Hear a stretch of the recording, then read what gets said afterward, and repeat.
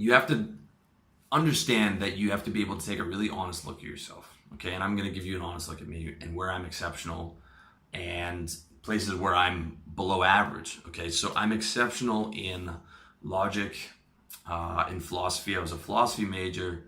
One of my specialties was logic, which is actually a discipline. I don't know if you know that. I'm really good at reducing concepts to their most simplistic point of view and being able to take complex concepts, reduce it, and give it to you guys so that it's easily digestible and understandable. My emotional intelligence is exceptional. I have exceptional experience with girls. Okay, that's the one that I'm least proud of. I don't care about my number count, but my number count and the amount of experience I've had in the last 20 years is 0.01%.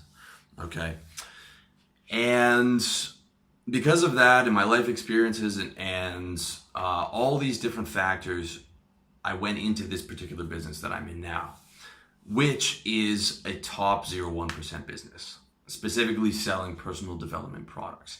If I was selling personal development services, like I was doing coaching packages where I can charge a guy $1,000 and, you know, for the month or whatever, I could hit my goals at top 1%. Okay, but I wanted personal development products. I wanted passive income. I didn't want to have to talk to clients anymore. You know, I'd spent almost a decade in sales doing that. And to have just purely personal development info products, you have to have a top 0.01% website and now YouTube channel. Okay, and I'm top 1% website, probably top 1% YouTube channel in terms of my views. Between the two, it's about 270,000, 300,000 a month. But I'm not quite top 0.01%, and now I'm 5 years in. Okay, but my goal was 10 years. My goal was when I started when I was 30. By the time I'm 40, I'm going to have, you know, X amount of passive income, top 0.01%, and I have all these factors that make me unique in what I'm able to develop. You know, I have integrity. I know how to. I'm a good salesman. I can package content and sell it. I can reduce concepts. I have vast life experience. I have the logic to be able to present it, and all these other different things that I didn't see out there in the marketplace. I didn't see all the things that I have combined into one. So I rolled the dice and took a chance on something that was going to be, I knew was a top 0.01% business. And for the first 3 years, I didn't make any money. I didn't release a product. I didn't release how to get laid on Tinder until year 3 because I was willing to gamble for that, because this time I felt I had all the fucking factors. Okay. And I still continue to feel that way.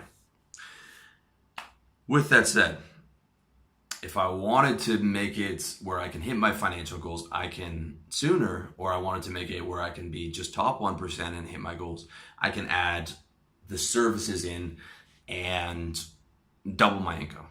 All right. Could double my income. So there's also that option in this business, which I knew. I always knew that I had, if it wasn't going the way that I wanted to, I could increase my income by selling services. But for now, at least for the next year and a half, I just want to, you know, keep building it up before I do that. All right. So to apply that logic to another type of business, another angle is the Dan Pena angle. Dan Pena, if you're not familiar, is in his 80s. He has been a peak performance coach or whatever you want to call it for the last 30 years. And he's a guy who made like $100 million in the oil business. He's actually made that money. You can verify it. And he's had a number of other successful businesses. And he's a peak performance coach who's really fucking hardcore, right? He tells guys they're lazy and, you know, really goes hard at them. And he's someone that I recommended in my article, How to Start a Service-Based Business. And I've had a few of my younger guys who've moved away from the lifestyle design model, the one that I'm advocating, to the Dan Pena model. Okay. And the Dan Pena model is to go for the $50 million business, is to set really fucking high standards. All right. And that is cool. That is very cool if you're exceptional. Okay. If you're not exceptional, you're going to fail. All right. That's a fact. You're not going to be able to build a $50 million business unless you're a top 0.1% guy in the skills required for that business. Okay. And basically, his method, if you've read his book, How to Make Your First $100 million, it's a good book. And he advocates you get it from the torrent sites, because once he realized that people were torrenting it, he's like, well, I'm not going to sell it anymore, and you should be smart enough to get it for free. He's a guy who has a lot of money already, and his attitude's pretty cool. But I read the book, and basically he advocates that the CEO is a salesman. Okay, so you start a company, and your job is to develop relationships with bankers, and you develop the relationships with bankers to go out and get a ton of money. So you sell your company, you sell the banker that you're going to be able to repay that debt, and you take on and get as much as you can. So the CEO is not the day-to-day manager. He is a salesman. And you're leveraging and gambling on the fact that you're going to be able to raise this amount of debt from the bank, you're going to be able to raise this amount from private investors, and eventually you're going to strike oil, right? Like Dan did in the oil business, or whatever it is that's in your business. That big windfall is going to come through, and you use all the bankers' money to provide capital for that, and you take on incredible amounts of stress over a 2, 3, 4 year period, and continue to sell, continue to, whip the employees and make sure everyone's doing what they're supposed to do. And if you fail, it's corporate debt, and the company goes bankrupt, basically. Now, that is an exceptionally tough model to follow. Okay. To follow his model, you have to be a top 0.1% salesman. Okay. Dan tells you in the book that every sales company he worked in, before he got into the oil business, he was, I think, a broker. He was the top broker in his office, top broker in New York, top 0.001% salesman. Okay.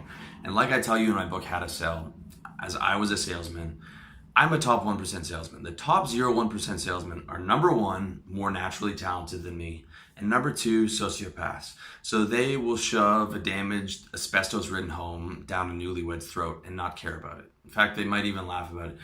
When I was a currency broker, my buddy would turn to me and he'd be like, and he would brag about, most guys are able to take 1% off the currency transaction. He took 4%. He'd be like, man, did you hear that fucking stupid bitch?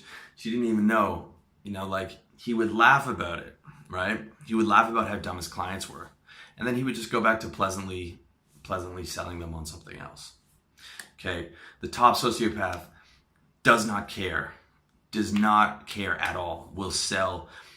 He'll take $50, $75 million from a banker, knowing that he's gambling with that money and not care if he loses it. Just be like, well, it's not my money, right? He'll rip a client's face off and not care, because in his mind, business is war, and he's doing what's best for himself and his family. Okay, that's the kind of guy that you have to be able to make that business work. That's one part. Okay, so you're top 0.1% salesman, meaning you have incredible natural talent, and you're a sociopath, if not a selective sociopath in business. Okay, and I'm not trying to hate on Dan Pena. I love Dan Pena, but he'd probably be the first one to tell you that for him, business is war, and he does whatever it takes. And if you don't, then you're stupid and weak. Okay, he could be nice to you and loving to you as a friend, and is probably a good guy to his family and that. But in business, he's I'm sure 1,000% ruthless.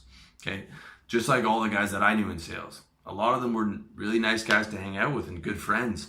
But in business, they're fucking animals, all right? So that's one part. The other part is you have to have incredible fucking mental toughness. Dan Pena grew up with a father who was a policeman.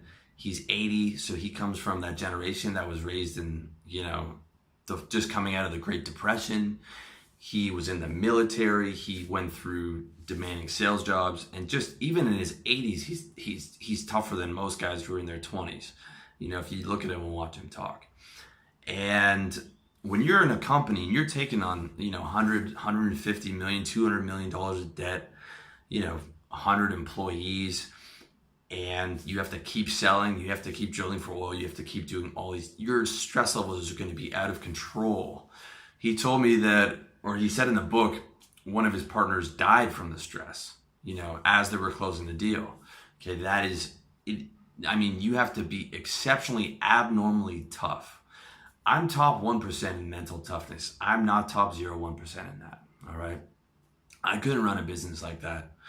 I couldn't do what Elon Musk was doing, even if I had his intelligence. Guy has 5 kids. He works 17 hours a day. His stress levels are out of control because he's trying to put people on Mars and build these electric cars. Even if I had all of his attributes, I couldn't compete with that dude.